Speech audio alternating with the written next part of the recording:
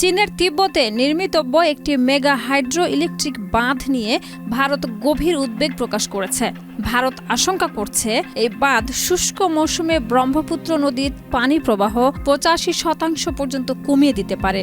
Yarlung জাংবো নামে পরিচিত এই নদী তিব্বতের অংশে হিমবাহ থেকে উৎপন্ন হয়ে ভারতে সিয়াং ও পরে ব্রহ্মপুত্র হয়ে প্রবাহিত হয়ে বাংলাদেশে পৌঁছে।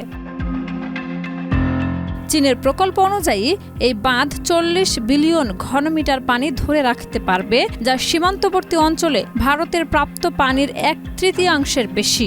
এর জবাবে ভারত নিজস্ব আপার সিয়াং মাল্টিপারপাস ড্যাম নির্মাণের পরিকল্পনা করেছে, যার ধারণ ক্ষমতা 14 বিলিয়ন ঘনমিটার। এটি শুষ্ক মৌসুমে পানির ঘাটতি কিছুটা পূরণ ও হঠাৎ পানি প্রবাহ মোকাবেলায় সহায়ক হতে পারে।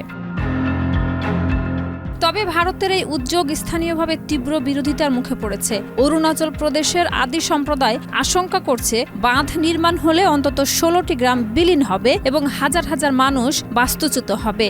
এরই মধ্যে তারা এনএইচপিসি কর্মীদের বাধা দিয়েছে, জরিপ সামগ্রী ভাঙচুর করেছে এবং এলাকা জুড়ে নজরদারি বসিয়েছে। যদিও রাজ্য সরকার ও স্থানীয় কিছু নেতার মতে যথাযথ ক্ষতিপূরণ ও পুনর্বাসনের ব্যবস্থা করলে জনগণকে রাজি করানো সম্ভব।